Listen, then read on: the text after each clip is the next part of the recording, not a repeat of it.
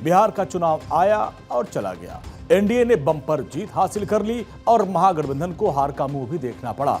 लेकिन इन सब के बावजूद बिहार की सियासत में हलचल अभी खत्म नहीं हुई, या फिर आप यूं कहें कि बिहार की सियासी पिक्चर में अभी क्लाइमैक्स आना बाकी है, क्योंकि चुनाव में हार का मुंह देखने वाले महागठबंधन में खलबली की खबरें अभी तक थमी नहीं है और उम्मीद है कि खरमास के बाद बिहार की सियासत में एक भूचाल आ सकता है।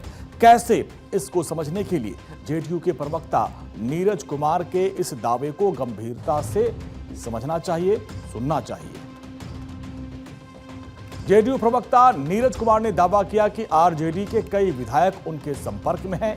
इसके साथ उन्होंने दावा किया कि राज्यसभा की 5 सीट एनडीए के खाते में जाएंगी।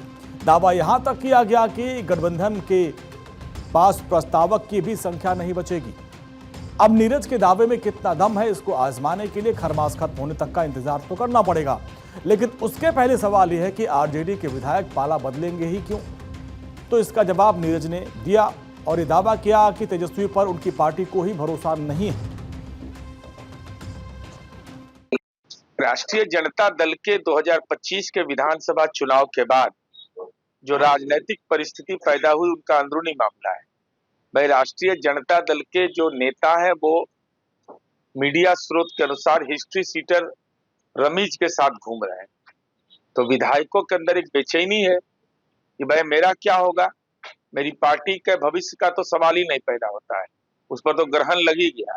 तो वैसे लोगों ने इससे संपर्क किया, तो हमने कहा है कि अभी धैर्य रखिए, हमारी पार्टी किसी के साथ पक्षपात नहीं करती है विकास के मामले में, लेकिन अपने आप को गवई भाषा में कहिए तो टूअर हो गए।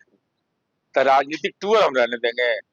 जो लोग अपेक्षा करेंगे और अब नीतीश कुमार जी के काम से उनको मन के अंदर में आत्मबोध पैदा होता है, प्रशंसा करते हैं, तो कहा गया है कि वेटिंग लिस्ट में रहिए। देखिए, मैं बताता हूँ, बिहार में एनडीए अपने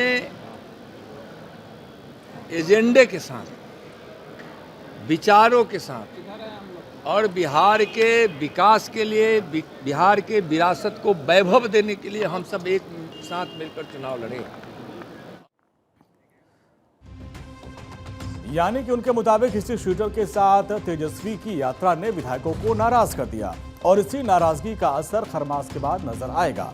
लेकिन राजनीति कभी एक पहलू पर नहीं चलती, सिक्के का दूसरा पहलू भी होता है। गठबंधन का पक्ष और महागठबंधन का दावा सिर्फ इतना नहीं है उनके विधायक उनके साथ है, बल्कि बढ़कर यहां तक कह दिया कि टूट तो उल्टा जेडीयू में होगी, और ऐसी वैसी नहीं बल्कि 50 विधायकों की। वजह बताई जा रही नीतीश कुमार की तथाकथित नाराजगी। अभी जेडीयू बहुत दबाव में है। एक तो बीजेपी लगी हुई है तोड़कर अपना सीएम बनाने के लिए, और जेडीयू के 50 से अधिक विधायक खरमास के बाद इधर आने के लिए भी बेचैन है। तो खरमास के बाद पता चल जाएगा जेडीयू को। ये जो दिवा स्वप्न देख रहे हैं 18 विधायक, ये सब बयान दे करके वो अपने पार्टी को बचाना चाहते हैं, लेकिन अभी भगदड़ मचेगी। अभी खरमास खत्म होने दीजिए, दही चूड़ा खाने के बाद पता चल जाएगा कि क्या होगा। देखिए, नीतीश जी कब तक मुख्यमंत्री रहेंगे ये बात नीतीश जी को भी पता नहीं है। नीतीश जी को ऑपरेशन करने में लगे हुए हैं कि जल्द से जल्द नीतीश जी को सीएम की कुर्सी से हटाना है। तो अब कौन विधायक किनके संपर्क में, कौन किसके पीछे है, वो जग जाहिर है, पूरे बिहार को पता है। समय आएगा, सब चीज़ होगा। बहरहाल मकर संक्रांति के बाद सूर्य उत्तरायण हो जाते हैं और बिहार की सियासत में भी उठापटक देखने को मिल सकती है। हालांकि दावे दोनों तरफ से किए जा रहे हैं, लेकिन एनडीए का कहना है कि जो विपक्ष चुनाव से पहले सरकार बनाने का दावा कर रहा था, सीएम और डिप्टी सीएम के चेहरे का ऐलान कर रहा था, अब उन पर क्या भरोसा करना चाहिए?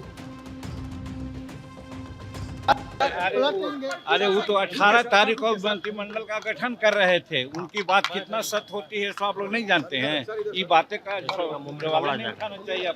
सोच लीजिए ना, किस दुनिया, वो तो शपथ लेने का तारीख तय किए हुए थे, शपथ लेने का तारीख तय किए हुए थे ना। हम शपथ ले लेंगे, कौन बनेंगे मुख्यमंत्री, कौन बनेंगे उप मुख्यमंत्री, अब उसका तो कोई हिसाब नहीं है। लेकिन बिहार के जनता ने जो मैंडेट दिया है एनडीए को, और जो केंद्र से सहयोग है नीतीश जी के सरकार में, अगले 5 साल में बिहार जो हम लोग बोलते रहे और आप सब जानते हैं टॉप 10 स्टेट में जाके खड़ा हो।